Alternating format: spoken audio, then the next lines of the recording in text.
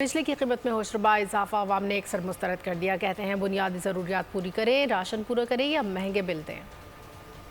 بس 2 ٹائم کی روٹی نہیں ہے کھانے کے لیے، ان کو کوئی شرم کرنی چاہیے، عوام کا بھلا کرنا چاہیے۔ ٹیکس پہ ٹیکس لگاتے جا رہے ہیں، کبھی یہ بجلی کو بڑھا رہے ہیں، کبھی یہ پیٹرول کو بڑھا رہے ہیں، ان کا کوئی پتہ نہیں چل رہا کس چیز کو بڑھا رہے ہیں کس چیز کو کم کر رہے ہیں۔ جو غریب عوام 2 وقت کا کھانا کھاتی تھی اب وہ بمشکل 1 وقت کا کھانا کھا رہی ہے۔ حکومت کو چاہیے کہ اس کا ریٹ کم کیا جائے، مزید مختلف چیزوں میں بھی لوگوں کو ریلیف دیا جائے۔ ایک دفعہ جو چیز بڑھ جائے نا تو وہ کبھی بھی واپس نہیں ہوتی، چاہے وہ پیٹرول ہے، گیس ہے، بجلی ہے، کوئی بھی چیز۔ غریب جو ہے وہ مر رہا ہے، کسی کو کوئی فکر نہیں ہے۔ حکومت کا بہت جو ہے نا ظالمانہ فیصلہ ہے، کیونکہ عوام جو ہے نا پہلے سے مہنگائی کے چکی میں پھنس رہی ہے، اور اوپر سے انہوں نے 7 روپے 12 پیسے جو ہے نا بجلی کا ریٹ بڑھایا، تو عوام بیچارے عوام کیا کرے گی، کہاں جائے گی، کس سے فریاد کرے گی۔